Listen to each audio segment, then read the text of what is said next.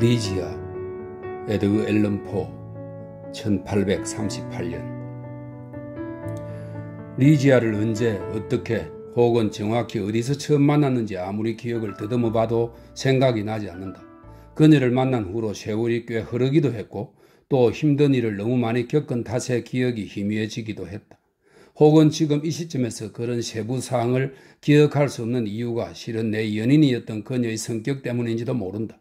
보기 드문 그녀의 학식과 남다르면서도 단정한 미모, 낮고 음악적인 언어로 자릿하게 사람의 마음을 사로잡는 웅변이 나도 모르는 새 서서히 내 가슴 속으로 파고 들어왔기 때문에 언제 어디서 그녀를 만났는지 알 수 없게 된 것인지도 모른다.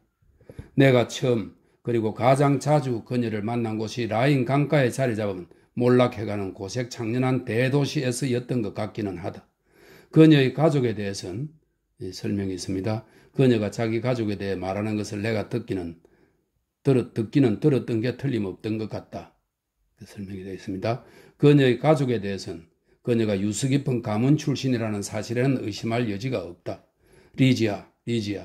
내가 아는 영구의 성격상 무엇보다도 바깥 세상에 무관심해진 데다가 나 역시 그 연구에 푹 파묻혀 지내는 탓에 나는 더 이상 이 세상 사람이 아닌 그녀의 모습을 오로지 그 달콤한 단어 리지아라는 단어를 통해서만 내 눈앞에 떠올릴 수 있다.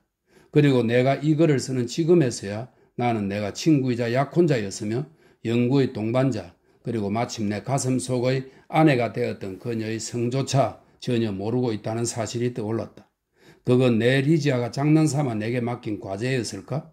아니면 내가 그녀의 집안에 대해 알아보지 않는다는 사실로 내 애정의 강도를 측정해 보려던 것이었을까? 혹은 그녀보다는 나 자신의 변덕스러운 장난, 그러니까 가장 열정적인 사랑의 재단에 바친 너무나도 낭만적인 나의 봉헌물이었을까? 그런 사실마저도 오직 희미하게만 기억날 뿐이다. 그런 사실의 원인이나 관련된 상황을 모두 잊었다는 사실이 얼마나 놀라운지, 그리고 실로 사람들이 흔히 말하듯 만일 로맨스라는 이름으로 불리는 그 정신, 여기서의 로맨스는 기이하고 이국적이면 놀라운 것을 기록한 이야기라는 뜻으로 쓰이고 있답니다. 로맨스라는 이름으로 불리는 그 정신, 즉 우상숭배의 나라인 이집트의 여신인 에시토펫, 이 에시토펫은 페니키아의 성녀의 여신으로 재앙을 가져다 주는 것으로 알려져 있다. 따라서 유대인들은 그 이름을 언급하는 것조차 금했다. 이런 설명이 있습니다. 이집트 여신인 에시토펫, 가냘픈 날개에 창백한 얼굴을 한 그녀가 불길한 결혼을 주재하는 게 사실이라면 우리의 결혼을 주재한 이도 바로 그 여신이었음에 추호도 의심할 여지가 없었다. 하지만 그녀에 관한 한 가지 소중한 사실에 대해서는 기억이 나를 배반하지 않았다. 그것은 바로 리지아의 생김새에 대한 것이었다.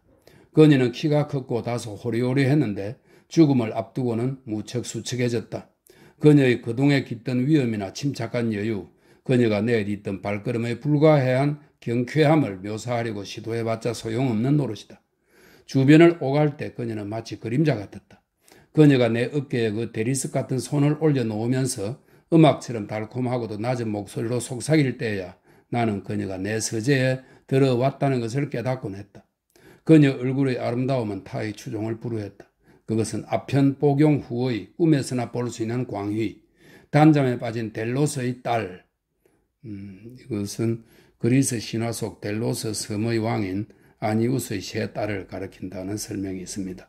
델로스의 딸들의 영혼 주변을 맴돌던 환상보다도 훨씬 더 광적으로 신비하고 공기처럼 가벼운, 영혼을 끌어올리는 듯한 환영이라 부를만 했다.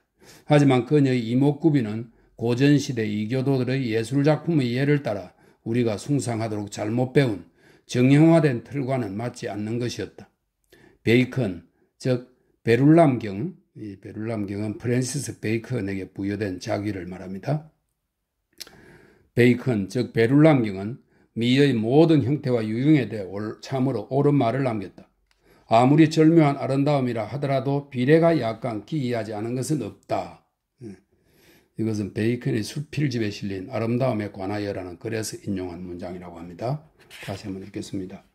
아무리 절묘한 아름다움이라 할지라도 비례가 약간 기이하지 않은 것은 없다. 나는 리지아의 이목구비가 고전적 전범에 어긋난다는 걸 의식하고 있었고 그녀의 아름다움이 실로 절묘하다, 것을 감지할 수 있었으며 그 전체에 상당히 기이한 요소가 스며들어 있다는 걸 느낄 수도 있었지만 그럼에도 그녀의 얼굴에서 고전적 전범에 어긋나는 점이나 기이한 흔적들을 찾아보려고 아무리 애를 써봐도 소용이 없었다. 그녀의 당당하고 창백한 이마의 윤곽을 뜯어보기도 했지만 아무런 흠도 없었다. 그런 수식으로 그리도 신성한 위엄을 지닌 얼굴을 묘사하는 것은 얼마나 터무니없는 짓인지. 상하 중에서도 가장 깨끗한 상하에 비견할 만한 그녀의 이마의 피부, 당당해 보이는 넓이와 거기 깃든 침착성, 유연하게 돌출된 관자놀이 윗부분, 또한 반드르르하게 윤기가 흐르는 자연스레 곱슬곱슬한 수많은 칠흑빛 머리따는 히아시스를 연상시키는 이라는 홈의 수식어를 완벽하게 구현했다. 그녀 코의 가냘픈 윤곽으로 말하자면 나는 히브리의 우아한 원형 초상화 말고 일찍이 그 어느 곳에서도 그녀의 코에 비견할 만큼 완벽한 코를 본 적이 없다. 화려할 정도로 매끄러운 표면, 보일 듯 말 듯 아주 살짝 구부러져 내려간 모양의 매불이 있고 자유로운 정신을 상징하듯 조화롭게 둥글린 콧방울 등은 모두 히브리의 원형 초상화를 꼭 닮아 있었다. 사랑스러운 입도 바라보았다. 그녀의 입은 실로 모든 거룩한 것의 승리였다. 얇은 윗입술의 격조 높은 곡선, 아랫입술의 부드럽게 관능적인 나른함, 귀여운 보조개, 진한 입술색, 돌아보는 얼굴에서 흘낏 엿보이는 깜짝 놀랄 정도로 찬란하게 빛나는 치아. 그녀가 차분하고도 고요하되 더할 나위 없이 눈부시게 빛나는 미소를 지을 때면 모든 신성한 빛들이 그녀의 치아를 비추었다. 턱의 생김새도 자세히 살펴보았다. 그리고 그 모습에서도 나는 그리스인 특유의 유연한 곡선, 매끈하면서도 장엄하고 풍만하면서도 영적인 모습, 아폴로 신이 아테네인의 아들인 클레오메네스의 꿈에서만 보여주었던 바로 그 윤곽을 발견했다. 그러고 나서 나는 리지아의 커다란 눈을 자세히 들여다보았다. 눈에 대해서만큼은 먼 과거인 고전시대에서 그녀 눈의 모델을 발견할 수 없다. 레룰람경이 암시했던 비밀이 다름 아닌 내 연인의 눈과 관련된 것이었는지도 모른다. 그녀의 눈은 보통 사람의 눈보다 훨씬 더 컸던 것으로 기억한다.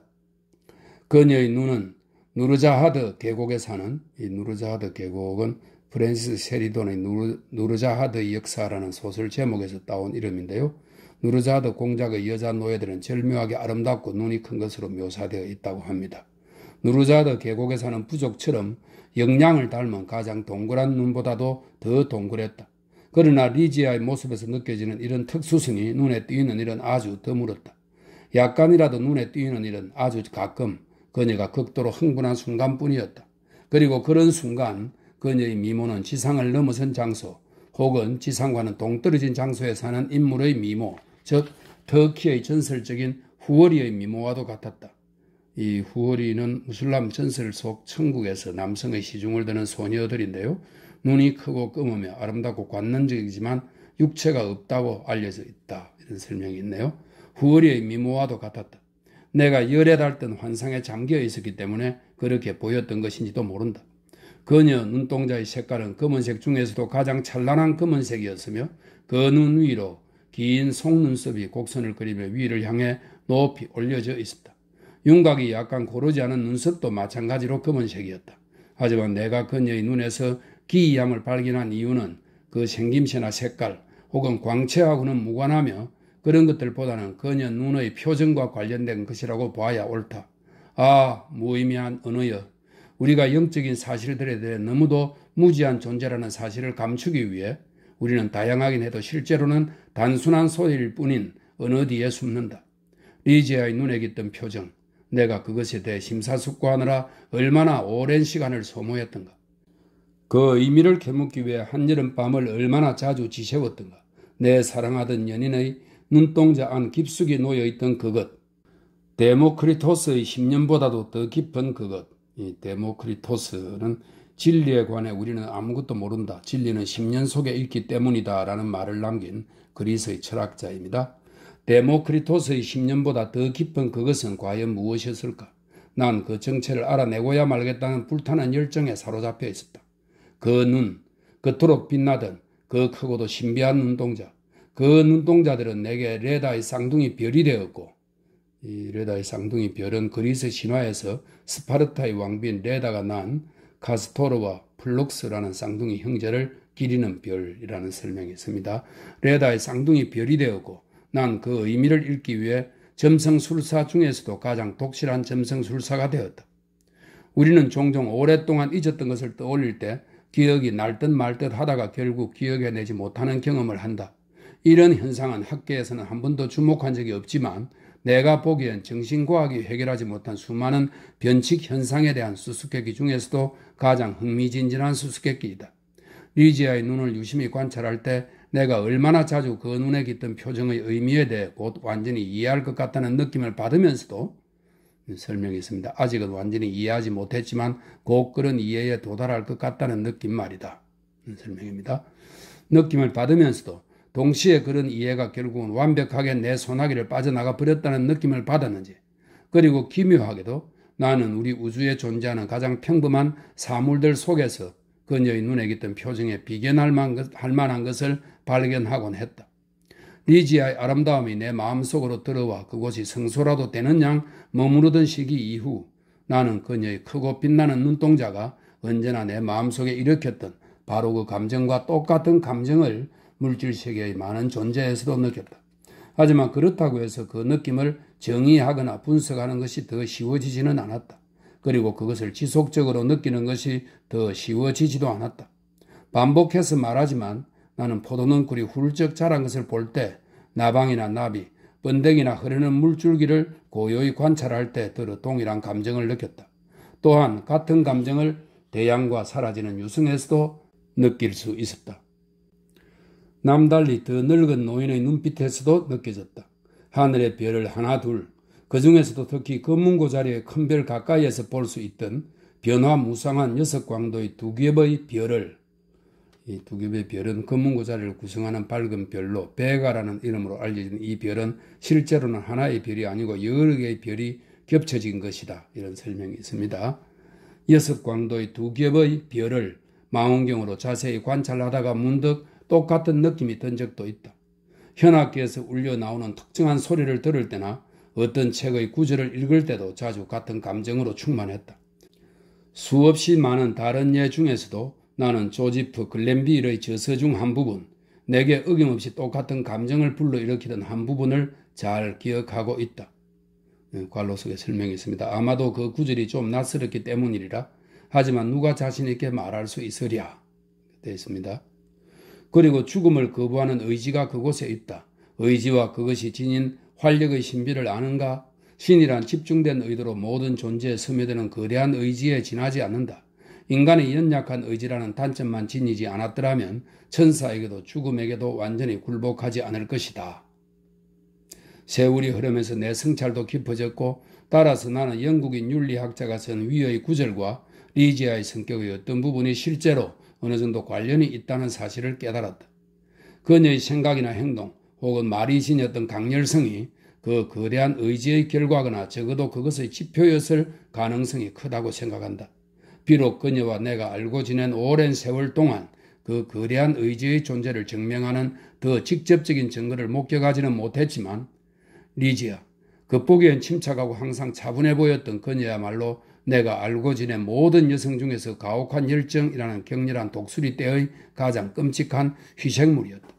그리고 그 열정의 크기에 대해 나는 짐작조차 할 수 없었을 것이다. 만일 그녀의 눈이 그토록 기적적으로 커져 내게 그리도 큰 기쁨과 전율을 주지 않았더라면 말이다. 그녀의 아주 낮은 목소리가 그의 마술적인 선율과 억양, 뚜렷함과 차분함을 띠지 않았더라면 말이다. 그리고 그녀가 늘상 입에 올렸던 거친 단어들에 담긴 격렬한 에너지, 설명했습니다. 그녀의 차분한 말치 사이의 대조로 인해 두 배나 더 효과적이었던 그 사나운 에너지가 아니었더라면 말이다. 앞서 리지아의 학식에 대해 언급했다. 그녀의 지식은 참으로 방대했다. 나는 그 같은 학식의 폭을 일찍이 어떤 여성에게서도 보지 못했다. 그녀는 고전의에 능통했고 내가 아는 한 그녀가 구사하는 유럽의 현대 방언에서 아무런 흠도 발견하지 못했다. 학계가 자랑하는 지식 중에서도 가장 난해한 것이라는 이유만으로 크나큰 존경의 대상이 되는 주제들 중 그 어느 것에 대해서도 리지아가 틀린 적이, 내가 그걸 목격한 적이 단 한 번이라도 있었던가. 아내의 바로 그런 성격적인 특징에 대해 내가 이렇게 뒤늦게서야 주목하게 되었다는 사실이 얼마나 신기하고 또 얼마나 흥미진진한지. 앞서 나는 그녀의 학식이 일찍이 어떤 여성에게서도 본 적이 없을 정도로 깊고 방대한 것이었다고 말했다. 과연 현세에서 도덕적, 물리적, 그리고 산술적 과학의 모든 방대한 분야를 리지아처럼 완벽히 통달한 남성을 찾을 수 있을까? 나는 그녀 생전에는 지금 내가 명백하게 지각하는 이 사실, 즉 리지아의 학식이 놀라울 정도로 거대하다는 사실을 알지 못했다. 하지만 그녀의 지력이 무한하게 우월하다는 사실은 충분히 의식하고 있었다. 그래서 우리 결혼 생활의 초기 몇 해 동안 나는 내 마음을 사로잡고 바쁘게 만들었던 형이상학적 탐구의 무질서한 세계를 통과하기 위해 어린애가 전적으로 어른을 믿고 자신을 내맡기듯 그녀의 인도에 전적으로 매달렸다. 이전에 그의 주목된 바 없으며 널리 알려지지도 않은 연구를 하고 있는 내 머리 위로 그녀가 고개를 숙일 때 내가 얼마나 의기양양해지고 생생한 기쁨에 사로잡혀서 그리고 얼마나 영묘한 희망에 차서 내 앞에 서서히 펼쳐지던 그 달콤한 전경을 체감했던지, 그 길고 찬란한 미지의 길을 따라가다 보면 마침내 너무나 신성하고 고귀해서 인간의 접근을 금지할 수밖에 없는 최후의 목적지인 지혜에 다가가게 될 것 같았기 때문이다. 그러니 내가 당연한 것으로 기대했던 그 결과들이 수년 후 갑자기 몸에 날개를 달고 달아나 버린 것을 목격했을 때 내가 느꼈던 애달픔이 얼마나 사무친 것이었던지. 리지아가 없는 나는 캄캄한 밤 암중 모색을 하는 어린아이에 지나지 않았다. 그녀가 거기 있기만 해도, 그녀가 그냥 읽어주기만 해도 당시 우리의 관심을 사로잡았던 초절주의의, 초절주의는 19세기 중엽에 미국에서 일어난 관념론적 철학 운동을 말합니다. 초절주의의 많은 신비들이 저절로 명백해졌다. 그러다 하루아침에 그녀의 눈이 바라는 눈부신 빛을 받고자 금빛으로 반짝거리던 글자들은 토성의 납보다도 더 불투명한 색으로 변해버렸다. 이어 내가 골똘히 들여다보던 책장을 그녀가 바라보는 일이 점점 줄어들었다. 리지아의 건강이 나빠졌다. 그녀의 열정적인 눈은 너무나도 휴양한 광채로 타올랐다. 창백한 손가락은 무덤과도 같은 투명한 낯빛을 띠게 되었고, 높은 이마의 푸른 정맥은 그녀의 감정 중에서도 가장 온화한 감정이 밀려오고 밀려갈 때조차도 충동적으로 부풀어 올랐다가 가라앉았다. 나는 그녀가 죽음에 직면해 있다는 사실을 알아채고 내 온 정신력을 발휘해 냉혹한 천사 아즈라엘과의, 아즈라엘은 임종할 때 영혼을 육체에서 분리시킨다고 알려진 죽음의 천사를 말합니다. 냉혹한 천사 아즈라엘과의 필사적인 싸움에 돌입했다. 놀라운 사실은 열정적인 아내의 투쟁은 나의 투쟁보다도 훨씬 더 강력했다는 것이다. 나는 아내의 냉정한 성격으로 미루어 그녀에게 죽음이 찾아오더라도 그녀가 공포로 그것을 맞이하지는 않으리라고 믿었다. 하지만 실제는 달랐다. 그녀가 어두운 그림자와 싸울 때 보인 저항이 얼마나 격렬했는지 말로는 제대로 형용할 길이 없다. 그 가련한 장면에서 볼 때 내게선 저절로 극심한 고통의 신음소리가 흘러나왔다. 내가 그녀를 위로하거나 그녀의 이성에 호소하려고 시도할 수도 있었다. 하지만 오로지 삶만을 향한 그녀의 거칠고 강렬한 욕망에 비해 위로나 이성 따위는 터무니없이 어리석은 것이었다. 그럼에도 불구하고 그녀의 격렬한 정신이 가장 발작적으로 몸부림치던 그 동안에도 마지막 순간을 제외하면 그녀는 몸가짐을 흐트러뜨리지 않고 차분히 처신했다. 그녀의 목소리는 전보다 더 온화해졌고 더 낮아졌다. 하지만 그녀가 조용조용 은명한 단어들의 거친 의미를 이 자리에서 되짚어 버리는 것은 아니다. 인간의 경지를 넘어선 멜로디, 그녀가 인간이 일찍 알지 못했던 가정과 소망을 표현하는 것에 넋을 잃고 귀를 기울이는 동안 난 머릿속에 현기증을 느꼈다. 그녀가 나를 사랑했다는 사실에 대해서는 추호도 의심의 여지가 없었다. 그녀 같은 사람은 사랑할 때 가슴 속에 비무한 열정이 함께했을 것이라는 사실을 의식하기는 어려운 일이 아니었다. 하지만 그녀가 죽음을 맞이하게 된 뒤에야 나는 그녀의 사랑이 지닌 엄청난 힘을 제대로 인식하게 되었다. 그녀는 내 손을 오랫동안 꼭 쥔 채 애정이 열정을 넘어 숭배에 달했던 그녀 가슴 속 깊은 진실을 내 앞에 넘치도록 쏟아붓곤 했다. 과연 내게 그 같은 고백, 그처럼 넘치는 축복을 받을 자격이 있었단 말인가? 어찌하여 난 그녀가 그런 고백을 하는 바로 그 순간 사랑하는 그녀를 잃어야 하는 저주를 받았던 것일까? 그러나 난 이제 그 사실에 대해 얘기하는 것조차 견딜 수 없다. 리디아는 자격도 가치도 없는 나에게 자신의 사랑을 온통 쏟아부었으니 그녀의 사랑은 단순한 여성다운 순종의 경지를 넘어선 것이었다. 바로 그런 사랑을 보며 마침내 나는 깨달았다. 그것이 바로 그 순간 빠르게 사라져가던 생을 향한 그녀의 갈망, 격정적이고 열렬한 욕망의 표현임을, 이 사나운 열망, 생을 향한 이 열렬하고 강렬한 욕망은 제대로 묘사할 능력이, 그것을 제대로 표현할 언어가 내겐 없다. 그녀가 세상을 떠나던 날 밤 자정에 그녀는 단호한 손짓으로 나를 침대 곁으로 불렀다. 그리고 내게 며칠 전 자신이 지은 시를 암송하라고 명령했다. 나는 그녀의 말에 복종했다. 그 시는 다음과 같다. 보라, 지금은 잔치의 밤, 외로운 마지막 해의 하룻밤. 날개가 달린 그리고 베일을 쓴 눈물 젖은 천사의 무리들이 극장에 앉아서 보고 있다. 희망과 공포의 연극을 오케스트라가 이따금 창공의 음악을 부르내는 동안 무언극 배우들 저 높은 곳 하나님의 모습을 하고 낮은 목소리로 중얼댄다. 그리고 이리저리 날아다닌다. 콘도로의 날개를 퍼덕여 앞뒤로 장면을 바꾸는 수많은 무정형의 형체들의 명령에 따라 오고 가는 단순한 꼭두각시에 지나지 않는 그들, 보이지 않는 존재, 워이, 그 엉망진창 드라마, 분명 잊히지 않으리. 똑같은 지점을 향해 돌아가는 원을 그리며 끊임없이 헛되이 쫓아다닐 뿐인 군중에게 영원히 쫓기는 그 환영, 많은 광기와 더 많은 죄악과 그리고 공포가 그 플롯의 요지라네. 그러나 보라, 광대극 속 군중 한가운데로 한 형체가 끼어들어 슬금슬금 기어가고 있다. 무대 배경 속 고독으로부터 몸부림치며 빠져나온 핏빛 물체. 몸부림친다, 몸부림친다. 치명적인 동리를 박는다. 무언극 배우들이 그 먹이가 된다. 천사들은 동리를 보고 흐느낀다. 인간의 피로 흠뻑 물든 해수의 동리. 꺼진다. 불이 꺼진다. 모든 불이 꺼진다. 그리고 들들 뜨는 모든 형체 위로 질풍노도와 같은 속도로 떨어진다. 커튼이, 관을 덮는 보가, 그러자 창백하고 핏기 없는 표정의 천사들이 모두 치솟아 오르며 베일을 벗는다. 그리고 그 극이 인간이라는 제목의 비극이며 그 극의 주인공은 벌레, 정복자임을 확인하다. 설명이 좀 있습니다.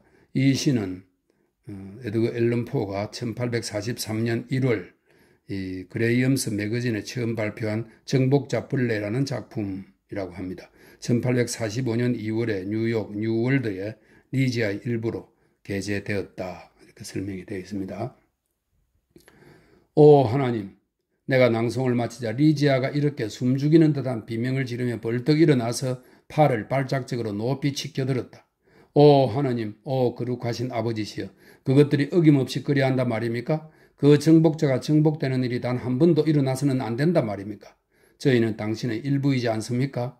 의지의 권능과 신비를 아시는 당신의 일부가 인간의 연약한 의지라는 단점만 지니지 않았더라면 천사에게도 죽음에게도 완전히 굴복하지 않을 텐데.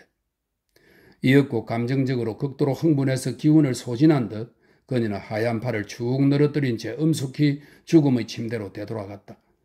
마지막 숨을 내쉬는 그녀의 입에서 다시 낮게 중얼거리는 소리가 섞여 나왔다. 고개를 숙여 그녀의 입술로 귀를 가져다 댄 나는 다시 글렌빌의 구절 중 마지막 문장을 알아들을 수 있었다. 인간의 연약한 의지라는 단점만 지니지 않았더라면 천사에게도 죽음에게도 완전히 굴복하지 않을 텐데. 그녀가 죽었다. 그리고 난 슬픔에 짓눌린 먼지가 되어 더 이상 라인 강가에 쇠락해가는 보잘것없는 도시에 있는 쓸쓸하고 황량한 내 거처를 견딜 수 없었다. 내게는 세상이 재산이라고 부르는 것이 부족하지 않았다. 리지아는 내게 평범한 사람들이 받을 수 있는 것보다 훨씬 더 많은 아주 막대한 양의 재산을 남겼다. 따라서 나는 몇 개월 동안 지친 발길을 이리저리 돌리며 정신없이 떠돌다가 마침내 영국에서도 가장 황량하고 외딴 곳에 있는 한 사원을 구입해서 약간 수리한 후 거리로 이사했다. 음울하고 황량하면서도 당당한 건물의 위풍, 문명의 손길이 거의 닿지 않은 듯한 영지의 모습, 그리고 그 두 가지가 연상시키는 수많은 우울한 옛 기억들은 여러 가지 면에서 나를 그 멀고도 한적한 지방으로 내몬 내 완전한 자포자기의 심정과 일치했다. 난 썩어가는 수풀로 둘러싸인 사원의 외관은 그대로 두었지만 어린아이와도 같은 고집과 아마도 슬픔을 가라앉히려는 막연한 희망 때문이었던 듯 실내만큼은 왕궁을 능가할 만큼 호화롭게 장식하려는 유혹을 뿌리치지 못했다. 이 같은 어리석은 취향은 내가 어릴 때부터 흡수한 것이었고 이제 그 유치한 취향이 마치 내가 비탄으로 인해 망령에 들었다는 것을 증명이라도 하듯 나를 다시 찾아왔다. 슬프도다. 내가 미쳐가고 있다는 사실이 호화롭고 환상적인 장막들, 장중한 이집트의 조각들, 벽을 둘러싼 장식띠와 가구들, 금실로 짠 술 장식이 달린 양탄자의 혼란스러운 패턴에서 얼마나 잘 드러나고 있을런지. 나는 아편의 속박에 꼼짝없이 사로잡힌 노예가 되었고 내 일과 명령은 전날 꾼 꿈에 따라 그 색채가 달라졌다. 하지만 그처럼 어리석었던 내 행태에 대해 여기서 자세히 묘사할 필요는 없으리라. 정신이 이상해진 내가 금발에 푸른 눈을 한 트레메인 출신의 숙녀 로웨나 드리베니언을 잊지 못할 레리지아의 후계자, 즉 나의 신부로 교회의 재단에서 맞이한 다음 데리고 간 그 방, 영원히 저주받을 그 방에 대해서만 이야기하기로 하자. 그 신혼방의 건축 양식과 실내 양식은 지금도 모두 내 눈앞에 생생하다. 그 도도한 신부 집안의 사람들이 단지 황금에 대한 갈증에 눈이 어두워 소중한 딸인 젊은 처녀로 하여금 호화롭게 치장된 방의 문턱을 넘도록 허락했을 때 그들의 영혼은 과연 어디에 있었던 것일까? 앞에서 나는 그 방의 구석구석을 아주 세세히 기억한다고 말했다. 하지만 애석하게도 훨씬 더 중대한 사항에 대해서는 잊어버렸다. 그런 것들은 모습이 환상적인 데다 어떤 체계나 질서가 없어 기억하기가 쉽지 않았다. 성처럼 지어진 사원의 높은 첨탑에 자리 잡은 그 방은 오각형으로 널찍했다. 오각형의 남쪽 면은 전체가 하나의 창문으로 이루어져 있었다. 엄청나게 큰 단 한 장의 베니스산 납빛 판유리를 통과한 햇빛과 달빛은 방 안의 모든 사물에 소름 끼치는 광채를 던졌다. 이 커다란 창문 위쪽으로 오래된 넝쿨이 첨탑의 육중한 벽을 타고 기어 올라가 격자 모양의 구조물 위로 뻗어 있었다. 음침한 빛깔의 떡갈나무로 만들어진 천장은 아주 높고 둥그렀는데 거기에는 반은 고딕 양식이고 반은 드루이드 양식인 무늬 중에서도 가장 사납고 기괴한 표본들이 정교하게 격자 세공되어 있었다. 이 음침한 둥근 천장의 한가운데 가장 깊숙한 곳에서부터 긴 고리로 된 금사슬 하나가 내려 떨어져 있었고 거기에 사라센 문양의 금제 흔들 향료가 매달려 있었다. 이 향로는 구멍을 많이 내어 끊임없이 타오르는 다채로운 불꽃이 그 구멍의 안팎을 통과해 드나들도록 만들어져 있었다. 방에는 또한 동양풍의 긴 의자와 가지가 많은 금촛대 몇 개가 여기저기 놓여 있었고 견고한 흑단으로 만든 인도식 소파, 즉 관을 덮는 보처럼 생긴 덮개가 위에 드리워진 낮고 긴 신부용 소파도 있었다. 그 방의 각 모서리에는 룩소로의 왕릉에서 가져온 거대한 검은 화강암 석관이 서 있었는데 그 오래된 관 뚜껑은 태고적의 조각들로 꽉 채워져 있었다. 하지만 그 방에 드리워진 천이야말로 애통하게도 그 방의 환상적 분위기를 부여하는 가장 중요한 요소였다. 균형이 안 맞을 정도로 엄청난 높이의 그 방 벽에는 천장 꼭대기에서 발치까지 무겁게 육중해 보이는 수많은 주름이 잡힌 커튼이 드리워져 있었다. 그것은 바닥에 깔린 양탄자나 긴 의자와 흑단 침대 위와 기둥에 드리워진 덮개, 그리고 창문을 살짝 가린 커튼에 화려하게 소용돌이치며 포개지던 주름 부분 등과 같은 천으로 되어 있었다. 금실을 아낌없이 사용해 짠 것이었다. 그 천에는 직경이 30cm가량 되는 아라베스크 풍의 문양이 여기저기 불규칙하게 온통 짜여 들어가 있었고 칠흑빛 무늬도 수놓아져 있었다. 그러나 그 문양들은 단 한 지점에서 바라볼 때에만 진짜 아라베스크의 모습을 띄었다. 요새는 흔해진 방법, 그리고 실상 먼 과거에서 기원한 방법으로 짜인 그 문양들은 보는 방향에 따라 모습이 변하도록 되어 있었다. 방으로 들어서는 사람에게는 그 문양들이 그저 기괴한 형상처럼 보였다. 하지만 일단 방 안으로 들어가면 그런 모습은 서서히 사라졌다.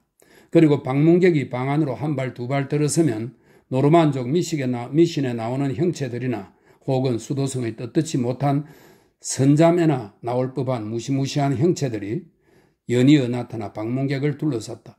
그리고 이처럼 비현실적인 느낌은 커튼 뒤에서 인위적으로 계속 부는 강한 바람으로 인해 엄청나게 고조되었고 그 덕분에 방 전체에 끔찍스러우면서도 불안한 생기가 더해졌다. 이런 방에서, 바로 그 같은 신혼방에서 나는 트레메인 출신의 숙녀와 함께 아무런 걱정도 없이 우리 신혼 첫 달의 부정한 시간을 보냈다. 그러는 동안 나는 아내가 지나치게 침울한 내 성정을 두려워하면서 나를 피하며 나를 별로 사랑하지 않는다는 느낌을 받았다. 그러나 그 사실은 오히려 나를 즐겁게 했다. 나는 그녀를 혐오했고 그 혐오감은 인간이라기보다는 악마의 것이라고 할 만했다. 나의 기억은 리지아, 그 사랑스럽고 위험에 넘치는 아름다운 무덤 속의 여인을 향해 줄다름쳤다. 오, 참으로 강렬한 회한과 함께 말이다. 나는 그녀의 순수함과 지혜와 고고하고도 영묘한 성격, 그리고 나에 대한 그녀의 열정적이고 맹목적인 숭배에 가까운 사랑에 대한 회상에 흠뻑 빠져들었다. 그러니까 이제 내 영혼은 그녀 안에 존재하던 그 모든 불꽃으로 지펴져 그것들을 모두 합한 것 이상으로 제 멋대로 활활 타올랐던 것이다. 습관적으로 마약의 족쇄에 채워져 있던 나는 아편에 저러 꿈의 흥분 상태에 잠긴 채 한밤중 사방이 고요할 때나 혹은 한낮 산골짜기의 외딴 곳에서 큰 소리로 그녀의 이름을 외쳐 불렀다. 마치 고인을 향한 내 그리움에 담긴 격렬한 열의와 엄숙한 열정과 절절함을 드러내면 그녀가 떠나가버린 오솔길, 즉 이 지상으로 되돌아올 수 있을 것처럼 말이다. 오, 그런 일이 가능해질 날이 영겁을 두고 과연 올 수 있을 것인지. 로에나는 결혼한 지 한 달 만에 갑작스레 열병에 걸렸는데 회복이 더디었다. 열이 높아 기력이 소진되었고 제대로 잠들지 못하고 불안한 밤을 보내게 되었다. 그런데 반쯤 잠들어 정신이 몽롱하던 그녀가 첨탑 방의 안쪽 어딘가에서 무언가가 움직이는 소리가 들려온다고 말했다. 나는 그녀의 주장에 근거가 없으며 단지 병적 공상의 산물이거나 아니면 각도에 따라 환영하는 변하는 방의 풍경 때문에 그런 느낌이 들 수도 있을 거라고 결론을 내렸다. 마침내 그녀가 회복기에 접어들었고 드디어 건강을 회복했다. 하지만 그녀는 오래지 않아 다시 더 극심한 병에 들었고 또다시 몸져 눕게 되었다. 그리고 원래 병약한 체질이던 그녀의 몸은 이 두 번째 공격에서 끝내 완전히 회복되지 못했다. 그 이후로 그녀는 늘 예사롭지 않은 병에 걸렸는데 예사롭지 않은 주기로 찾아오는 그 병은 의사들의 지식에 도전했고 또 그들에게 엄청난 노력을 요구했다. 이렇듯 인간의 능력으로 치료하기에는 너무나 확고하게 체질이 되어버린 듯한 만성질환이 심해지면서 나는 또한 그녀가 걸핏하면 사소한 일에도 공포를 느끼고 쉽게 짜증을 내게 되었다는 사실을 깨달았다. 그녀는 새삼 그리고 더욱 자주 커튼에서 아주 작은 소리가 들리며 거기서 이상한 움직임도 느껴진다며 예의 그 주장을 끈질기게 되풀이했다. 9월 말의 어느 날 저녁 그녀가 이 고통스러운 이야기를 다시 꺼내며 내 주의를 환기시키기 위해서인 듯 보통 때보다 더 고집을 부렸다. 그녀는 막 어지러운 잠에서 깨어난 뒤였는데 나는 염려 반, 막연한 공포심 반의 상태에서 그녀의 수척해진 얼굴 표정이 변하는 것을 지켜보고 있었다. 그녀의 흑단 침대 곁에 놓인 인도산 소파에 앉은 채였다. 그녀는 반쯤 몸을 일으켜 진지하고 낮은 목소리로 내게 속삭였다. 그녀에게는 바로 그 순간 들려왔지만 내게는 들리지 않은 소리와 그녀에게는 바로 그 순간 보였지만 내게는 보이지 않은 움직임에 대해서 바람이 커튼 뒤에서 빠르게 몰려가고 있었기 때문에 나는 그녀에게 들린 거의 들리지 않을 정도의 숨소리와 벽 위로 그녀에게 보인 매우 유연하게 변하는 여러 모습들이 늘상 부는 바람의 자연스러운 효과일 뿐이라는 걸 그녀에게 증명해 보여주고 싶었다. 고백하건대 나 스스로도 그 이론을 완전히 믿지는 못했지만 말이다. 하지만 그녀의 얼굴에 창백한 죽음의 그림자가 번지는 것을 보고 나는 그녀를 안심시키려는 내 노력이 헛되다는 것을 깨달았다. 그녀는 금방이라도 기절할 것처럼 보였는데 마침 부르면 바로 달려올 수 있는 거리엔 하인이 한 명도 없었다. 나는 의사들의 지시에 따라 도수가 약한 포도주를 준비해 두었다는 사실을 기억해내고 그 병을 꺼내기 위해 급히 방을 가로질러 반대쪽을 향해 다가갔다. 그러나 흔들 향로 불빛 아래로 한 발을 디디는 순간 나는 두 가지 정황을 목격하고는 소스라치게 놀랐다. 보이지는 않아도 무언가가 손에 잡힐 듯 가볍게 내 몸을 스쳐 지나간다는 느낌이 들었던 것이다. 그런 뒤 곧 금빛 양탄자 위 흔들 향로에서 나오는 밝은 불빛 안 바로 한가운데서 천사의 형상을 한 희미하고 불분명한 그림자, 그늘의 그림자라고나 불러야 할 만큼 희미한 형체를 목격했다. 하지만 나는 아편을 많이 피워 극도로 흥분한 상태였기 때문에 그런 것들에 별 주의를 기울이지 않았으며 로에나에게도 아무 말 하지 않았다. 그리고 그냥 포도주를 찾아가지고 방을 다시 가로질러 그녀의 침대 곁으로 가 포도주를 한 잔 가득 부어 정신을 잃어가는 그녀의 입술을 향해 내밀었다. 하지만 그녀는 이미 어느 정도 정신을 차렸고 그래서 스스로 잔을 집어들었다. 나는 시선을 그녀에게 고정시킨 채 곁에 있던 소파 깊숙이 앉았다. 그런데 바로 그 순간 누군가 소파 근처 양탄자 위를 걸어가는 듯한 부드러운 발걸음 소리가 아주 분명하게 들려왔다. 그리고 그 바로 다음 순간 로에나가 포도주를 입술을 향해 들어 올리는 동안 난 목격했다. 아니, 목격했다고 상상한 것인지도 모른다. 마치 방의 공중에 있는 보이지 않는 샘에서 떨어지는 양 반짝이는 루비빛 액체가 서너 방울 술잔 속으로 뚝뚝 떨어진 것을. 만일 내가 목격한 게 사실이라면 로에나가 그것을 목격하지 못한 것 또한 틀림없는 사실이었다. 그녀는 조금도 주저하지 않고 포도주를 단숨에 들이켰는데 나는 방금 목격한 것이 단지 로에나의 공포와 내가 피운 아편, 그리고 한밤중이라는 시간 때문에 내 상상력이 병적으로 활발해진 데서 비롯된 결과일 뿐이라고 생각했기 때문에 그녀에게는 아무 말도 하지 않기로 마음먹었다. 하지만 그 루비빛 액체 방울이 떨어진 포도주를 마신 뒤 곧 아내의 병이 급격히 악화된 사실을 모른 채 할 수는 없었다.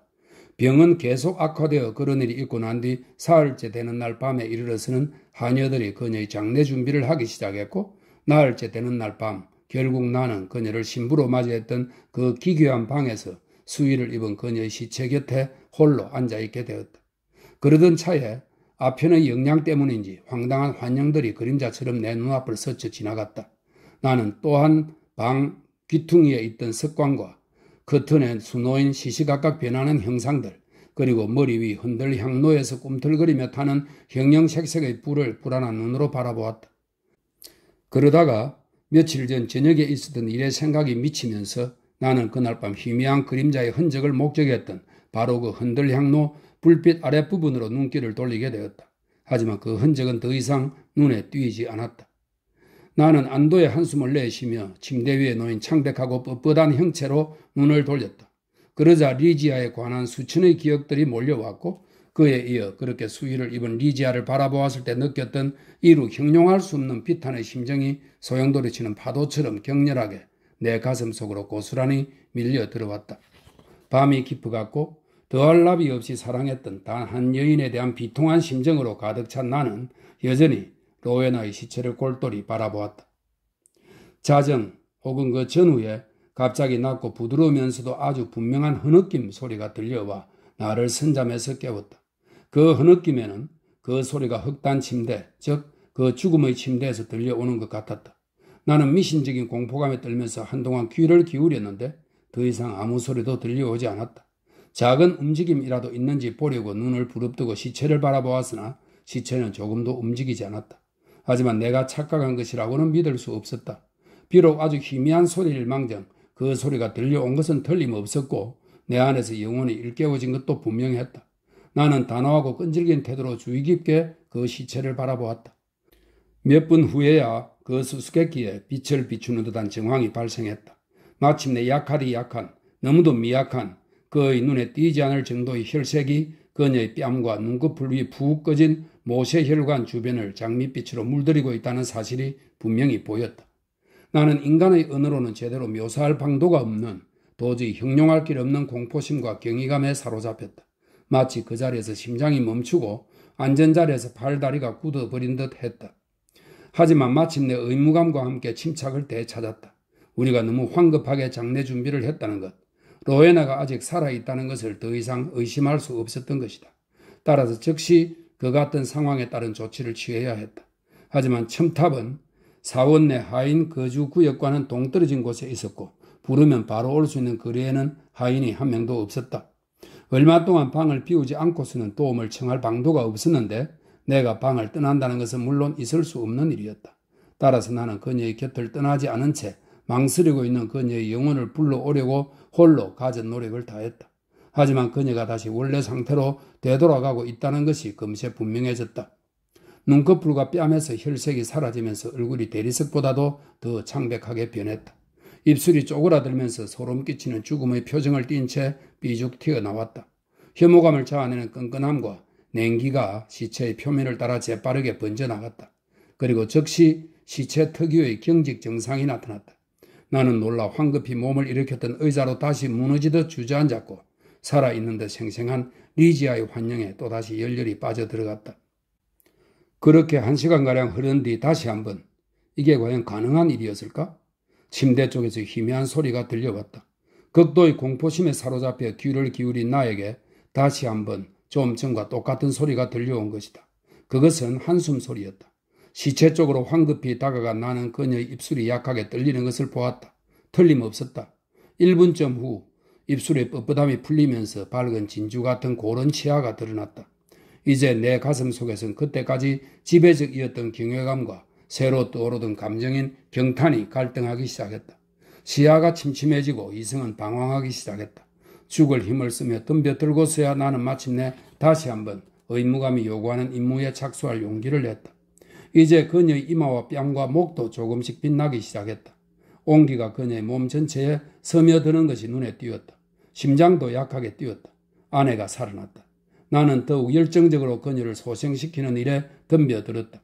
관자놀이와 손을 비비고 감싸쥐면서 의학서적을 통해 알게 된 지식과 경험을 통해 알고 있던 온갖 방법을 다 써보았다. 그러나 별로 소용이 없었다. 그러다 갑자기 혈색이 가시고 맥박이 멈추었으며 입술은 죽은 자의 표정으로 되돌아갔다. 곧 그녀의 몸 전체가 얼음장처럼 차디차게 식은 채 낯빛을 띄었고 경직 상태에 접어들어 팽팽한 윤곽을 잊어버리고 마치 여러 날 동안 무덤에 묻혔던 시체 같아 보였다. 이었고 나는 다시 리지아의 환영 속으로 침참했는데 또다시 이렇게 쓰는 동안에도 몸소리가 쳐지니 얼마나 신기한 일인지. 또다시 흑단 침대 속에서 낮은 흐느낌 소리가 들려왔다. 하지만 내가 그날 밤에 말 못할 공포의 순간들에 대해 이렇듯 자세히 말해야 할 이유가 과연 있을까? 그 끔찍한 소생의 드라마가 여명이 희뿌옇게 밝아올 때까지 계속 이어졌다는 것을 전해야 할 이유가, 그렇게 반복될 때마다 그녀가 더욱더 확실하게 돌이킬 수 없는 죽음을 향해 다가가던 모습을, 매번의 싸움이 시체의 외양에 터무니없을 정도의 극심한 변화를 가져다 주었다는 사실을. 서둘러 결론을 향해 가자. 그 무시무시한 밤이 거의 끝날 무렵 죽은 것이 분명해 보였던 그녀가 다시 한번 꿈틀거렸다. 그리고 비록 그녀가 아무런 소생의 희망이 없는 데다 더할 나위 없이 끔찍한 부패 상태에서 깨어나는 중이었음에도 불구하고 이번에는 그녀의 움직임이 다른 어느 때보다도 더 격렬했다. 애를 쓰거나 움직이는 일을 벌써 한참 전에 거친 나는 격렬한 감정의 소용돌이. 설명입니다. 극단적인 경외감이 그때 내가 느낀 여러 감정 중에서 아마 가장 덜 무시무시하고 통절한 감정이었을 것이다. 그 격렬한 감정의 소용돌이의 무기력한 희생물이 된 채 꼼짝도 하지 않고 계속 소파에 앉아 있었다. 다시 한번 말하지만 시체는 움직였고 움직임은 그전 어느 때보다도 더 격렬했다. 생명의 빛깔이 예사롭지 않은 기세로 그녀의 얼굴을 밝혔고 사지도 부드러워졌다. 눈꺼풀이 여전히 꼭 감겨져 있다는 사실을 제외하면, 그리고 장내용 붕대와 휘장 때문에 그녀의 몸에서 납골당 분위기가 풍겨 나오는 것을 제외하면 이번만큼은 로에나가 진짜로 죽음의 족쇄를 완전히 떨칠지도 모른다는 희망을 가질 수도 있었다. 그러나 만일 내가 그 순간조차도 희망을 가질 엄두를 내지 못하고 있었다면 그 다음 순간 일어난 일은 결정적으로 내 희망에 생기를 불어넣어 주었다. 수의를 입은 그녀가 목류병자 같은 걸음으로 방의 중앙을 향해 과감하고 분명한 태도로 걷기 시작했기 때문이다. 나는 떨리지도 않았고 몸을 움직일 수도 없었다.